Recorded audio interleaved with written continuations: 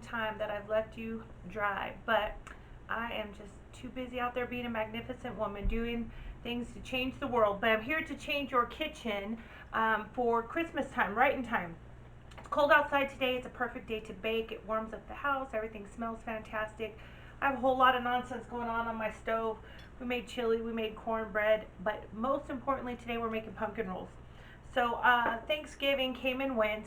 We had our Thanksgiving. It was top notch. We were too busy to record it, but based on that, we made pumpkin rolls, and by we, me. I do all the work. Everybody else just takes credit. Anyways, I sent some with my husband to his work, but lo and behold, by popular demand, they asked for some more pumpkin rolls. Today's the first day I've been home, so we are going to make some for you. All right, I've already made 3 rolls. I've had to let them cook, that way I can show you the process of filling it, but now we're going to make a pumpkin roll. We start with our oven at 375. It's already preheated. You'll need a baking sheet with sides. These are called jelly roll pans. Not the jelly roll I'm very comfortable with, but like actual jelly roll pans. And then we'll have the recipe. We also will need a clean towel. Not like clean, like, oh, it's been, I just put clean dishes on it. Don't use a nasty towel here. You want a brand new, clean, spanking new towel. So we'll have that. I'll show you what that's for later. So we're going to start with mixing our dry ingredients. And actually, no, before that, we're going to start by prepping our pan. I've already used this pan like 3 times today, but this will be the 4th. I love to cook on wax paper only because it's easy. It stops you from making a mess. And as you see when we flip it, it makes it easier to move. So just a piece of wax paper. Wax paper is used a lot, or they call it parchment paper. Parchment paper is more expensive. I use wax paper. I think I got this wax paper for like 75 cents. I don't remember, but it lasts forever. It doesn't melt in the oven, so don't be worried about it melting, because that's not how it rolls. I spray my wax paper with just some non-stick cooking spray, just so it's ready. I prep it, put it to the side. It's good to go. Remember, when we bake, we always start by mixing our dry ingredients. Our dry ingredients are going to start, and so we have just regular all-purpose flour. For 1 pumpkin roll, we start with 3/4 of a cup. And flour is best scooped in with a spoon into your measuring cup. And remember, the ones without the spout are for dry ingredients. And so I have here 3/4 cup of flour. All right. Once I have that done, now I mix the rest of my spices. This one tastes kind of like pumpkin pie. It's got all of the pumpkin pie spices in it. But in order for it to rise, we have to add our other ingredients. And so I'm going to put a 1/2 teaspoon of baking soda, and then I'm going to do a 1/2 teaspoon of baking powder. Then what I'm going to do is I'm going to put in our warm spices. We have a 1/2 teaspoon of cinnamon, and then we're also going to use a 1/2 teaspoon of ground cloves. The cloves are so strong. This is my favorite part, but 1/2 teaspoon of cloves. And I like it to taste really like pumpkin pie, so I'll even throw in a little sprinkle of ground ginger. This is just a little sprinkle, I promise you. And then just a touch, like a little touch, a little baby touch. I'm even going to put it in my hand, of nutmeg. You can skip the nutmeg and you can skip the ginger, but I like mine a little spicy. The last ingredient for the dry ingredients is just going to be salt. So I'm going to do a 1/4 teaspoon of salt. I'm using my 1/2 teaspoon spoon, and I'm just doing half of it. And now we're just going to give these a little whisk, just to kind of blend them together, so that way we don't have pockets of baking soda and pockets of baking powder like in one spot. And good, done, to the side. So easy. All right. Our next mix is a little bit more complicated. I usually do this in the mixer, but I don't want to wash the mixer again right now because I'm going to use it for something else. So you're going to start with 3 eggs. And you're just going to break them into your bowl. And I'm using it way too small of a bowl. I don't know if you can see that. I'm using way too small of a bowl, but I'm a pro. But you would probably want a bigger one. So 3 eggs, and then I'm going to whip these together with a whisk. Again, if you wanted to use a mixer for this, it would probably be a little bit easier, but I don't want to wash my mixer because I'm going to make the filling for this here in a second. So we're gonna whisk, whisk, whisk, whisk, whisk, whisk. And this doesn't have to be completely foamy or anything. You just want to make sure that the yolk and the white are combined. And then to this, we're going to add a cup of sugar. So sugar you can just scoop out. That's what I'm doing. Scoop of sugar. Boom. Now this is where the mixer usually comes in handy, because you can make the mixer do all the work. But apparently washing a mixer was too much work for me. So here I am, whisking eggs and sugar. So I'm going to do this for a few minutes. What I really want to see is it combine, and I want to see that the sugar starts to dissolve.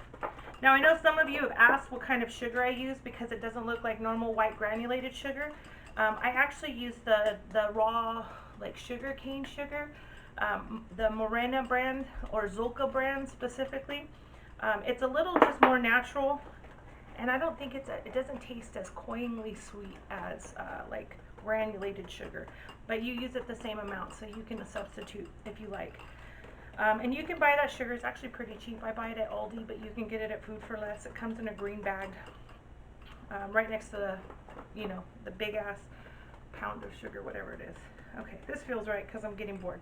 Okay, so now, making a mess. Now I'm going to add pumpkin, and I just use, I was looking for my spatula, it's over here I think.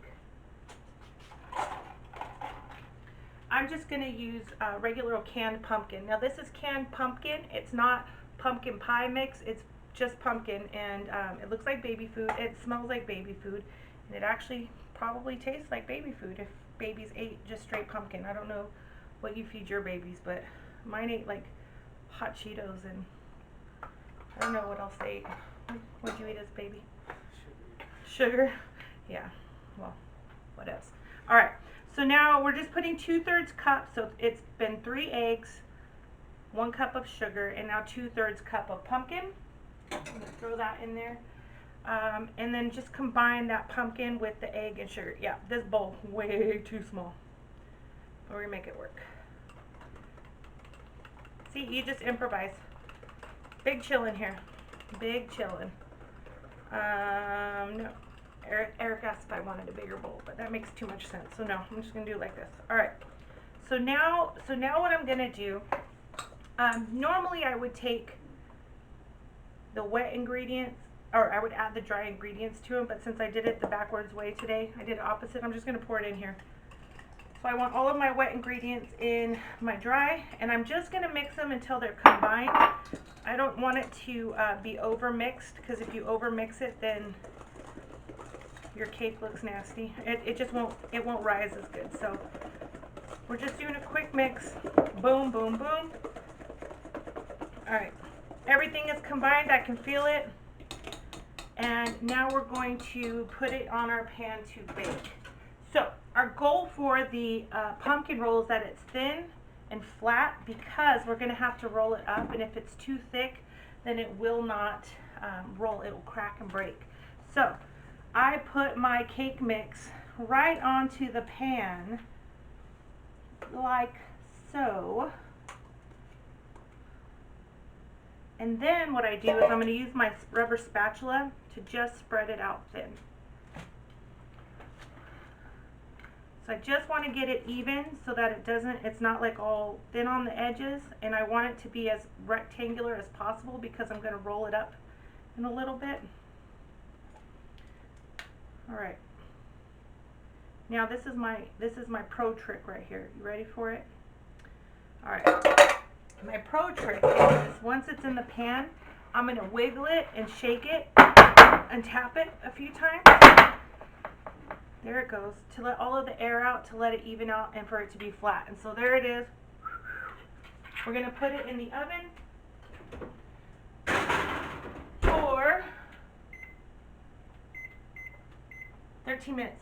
Now, the beautiful thing about this cake, the beautiful thing about it is that you let it go, and then you're going to roll it right after it. But before you put it in the oven, if you wanted to, you could put like chopped pecans, chopped walnuts. If you're feeling really like honky, put some cranberries or something in it. I know. But you can always add stuff to things to make them better. If you like cranberries in your pumpkin stuff, by all means. Like, watch me. I'm about to add something to make it better. I have some hot mulled apple cider here, being a classy lady. But I want to add something to make it better. I have some Jack Daniel's cider whiskey, so let's see if that makes it better. Okay, that feels good.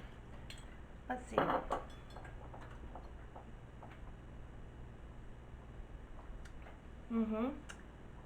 It's better. It is now better. Okay, all right. I took the cake. It's set for 13 minutes at a 375-degree oven. It's super hot.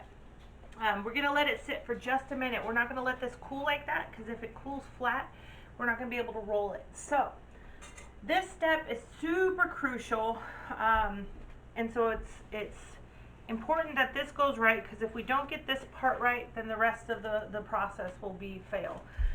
You need a towel, a kitchen towel, a terry cloth towel, a bar towel, whatever kind of towel you have.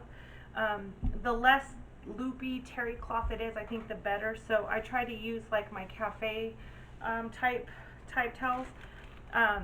You need powdered sugar for this, and you need a lot of it, because you're going to coat the towel with powdered sugar in a way that the cake, as it cools, it's going to be letting off steam. And you don't want it to stick to the towel, because that's how it breaks. And so you really got to waste, I don't want to say waste, you have to use a lot of powdered sugar on the towel wherever you're going to roll it up, so that it doesn't stick later on. So I just pour a bunch on there. I don't know, some people might measure it. I don't live my life that way. I like to live on the edge. And then I just kind of spread it out like the size of the cake. But here's the fun part. This is why I like wax paper. I take the entire cake just like that. I pull it off, and then I flip it upside down. You want to keep the edge as close to the edge of the towel. You don't want to do it like centered, because then you have a big old hole in the middle, because you're going to roll it up tight, and you want there to be a small circle. But you see how when you use the wax paper, you just peel it off. You just have to be careful on the edges, because sometimes it's crunchy on the edges and you don't want to rip your cake. Come on, little. You have to love your cakes. Patience, patience, patience. All right, perfect. Now look at that. Wax paper gone. Nothing stuck to your pan. You don't have to worry about flipping it. It's so much easier. Okay.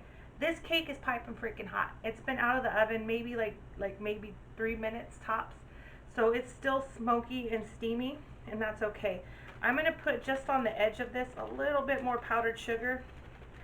Not for flavor. This is just, again, for, please don't stick. Please don't stick. And so you're going to start by the inner edge, and you're going to roll it as tight as you can without ripping the cake. You're going to go slow.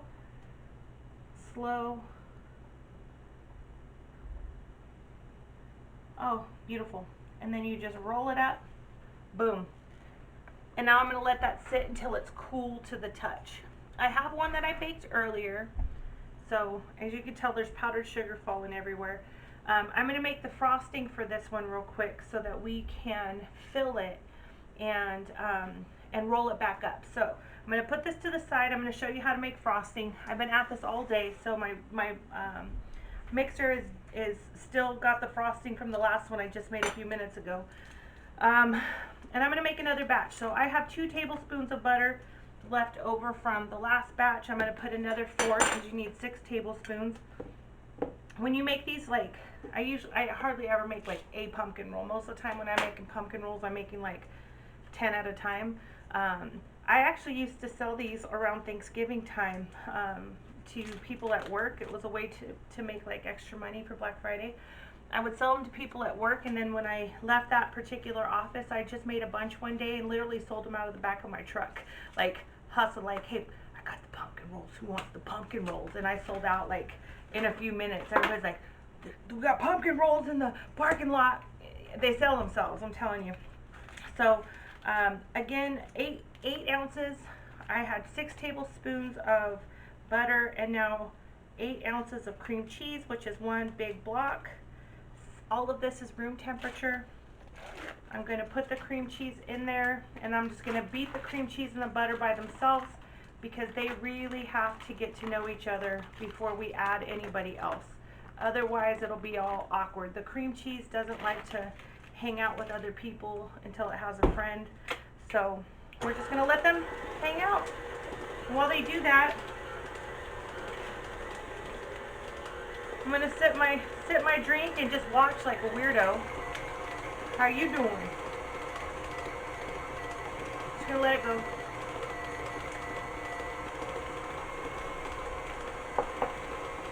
I love baking in the holidays. I think after this I might make some cookies. I haven't decided yet. I've already made chili today. I'm baking potatoes. I'm going to make steak later on. I don't know why I'm in a cooking mood, so cook all day. Eric will be happy. He's going to have leftovers for at least the next 2 weeks, which would be great because he's an orphan. He doesn't have parents, so. Don't agree with me when I say that. He's supposed to deny it, but no, it's true. He doesn't have parents. Okay. You can tell by his haircut. If he had parents, he'd have a better haircut.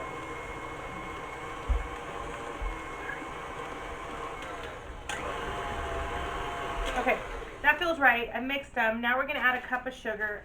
Normally we measure, but I've been doing this a minute, so I'm going to look and I'm going to see. That feels like a cup. There's literally like 2 tablespoons left in this bag, so that's a cup. Now that's a cup because I don't want to waste the rest of it. All right. Whenever you add sugar, start slow because it'll all fly everywhere. I think I added too much sugar. Yeah, that's all right. I can taste powdered sugar. My lips is all sweet right now. It looks like it's steaming, but it's just like Yeah. powdered sugar floating around. Yeah, that's a sugar bomb right there. Okay, while these are hanging out, I'm gonna add vanilla, and I'm gonna add. It's supposed to be a teaspoon, but I love strong vanilla flavor, so I'm gonna do a tablespoon. That's at my half a tablespoon spoon. So we're gonna let those hang out. Now it's all wet and moist. I just like to say that word because it bothers my son AJ. AJ's not here today, as you can tell. I don't have anybody twerking in the background, but he'll be back.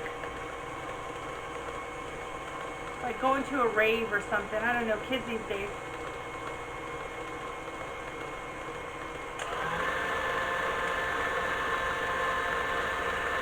Okay, that's my frosting down. So this is really cheap to make, to be honest with you, and it's so much better than buying it from the store. Like anytime they're mass produced, they don't have the love that you can put into a homemade baked good. Not only that, you get a lot of street cred from making pumpkin rolls. Everybody, you know, as much as they're pretty simple to make, as long as you have like the right techniques.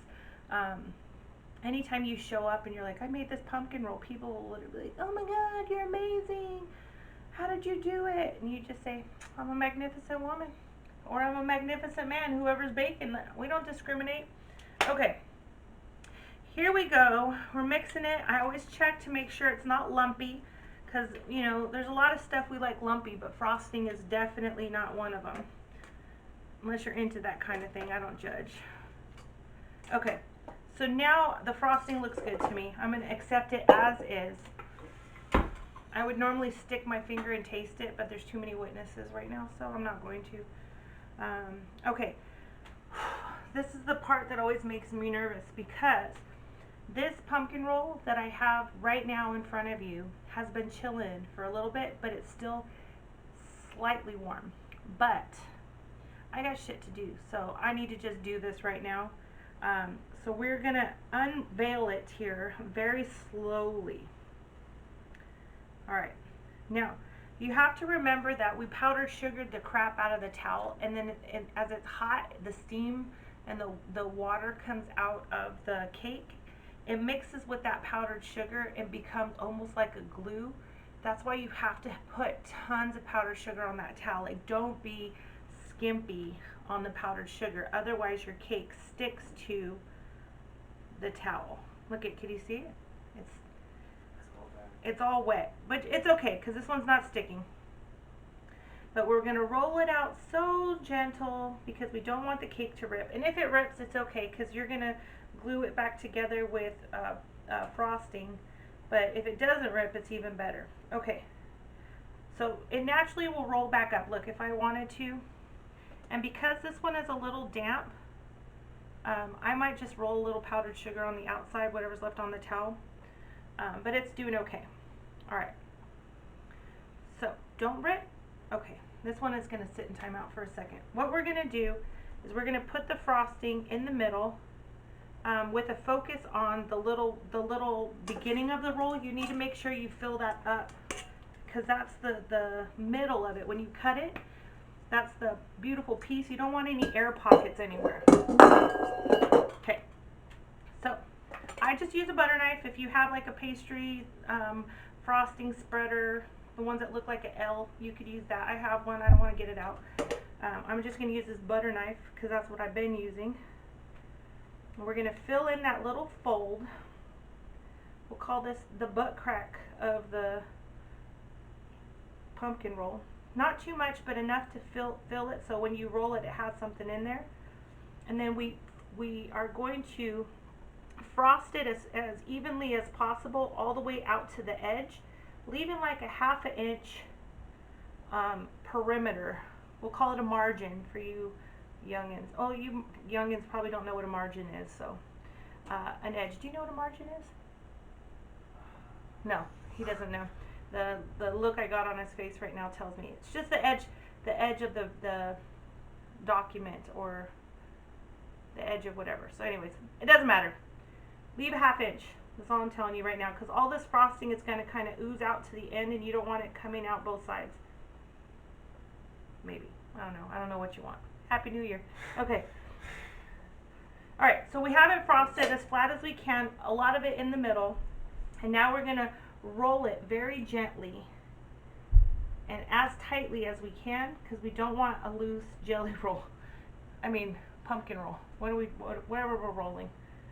Okay, when you get to the end, some of the frosting might ooze out, which is fine. I just usually wipe it off because I don't want my roll to look sloppy. And then sometimes I just stick it in the middle like that. Whatever, you do what you want. Or you can lick it off your fingers, whatever works better for you. So, now that I have it rolled back up with the frosting, which was so easy, like literally these... it always amazes me when people are like, oh my god, you know how to make a pumpkin roll. And I'm like, if you guys knew how easy it was, then you would call me a fraud and a phony, because it's so simple. The hardest part is getting your kids to wash all the towels after it. Okay, I put it on wax paper as soon as I'm done rolling it, because I roll it back up tight, because I'm going to refrigerate it so that frosting can harden up, because right now it's super loose and super soft. And so I generally will make a few, like I said, assembly line, and I put them in a big Ziploc bag with wax paper, and then I'm going to leave them in I will put a bag on the other side so it's sealed, and then I put them in the fridge and let them just chill. You can freeze pumpkin rolls if you wanted to. Like, sometimes I get in a baking mood, but it's like nowhere near time to eat pumpkin rolls, and so I'll make a bunch and I'll throw them in the freezer. And then you just defrost them like the day you're going to eat them.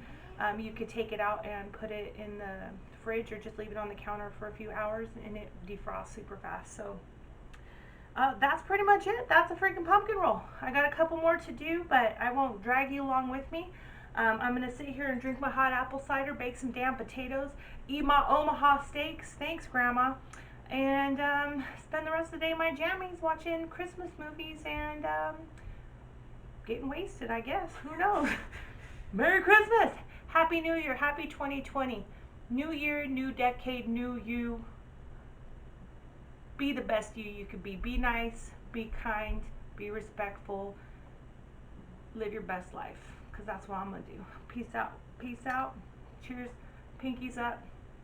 Have a good one, hoes and housewives. Bye.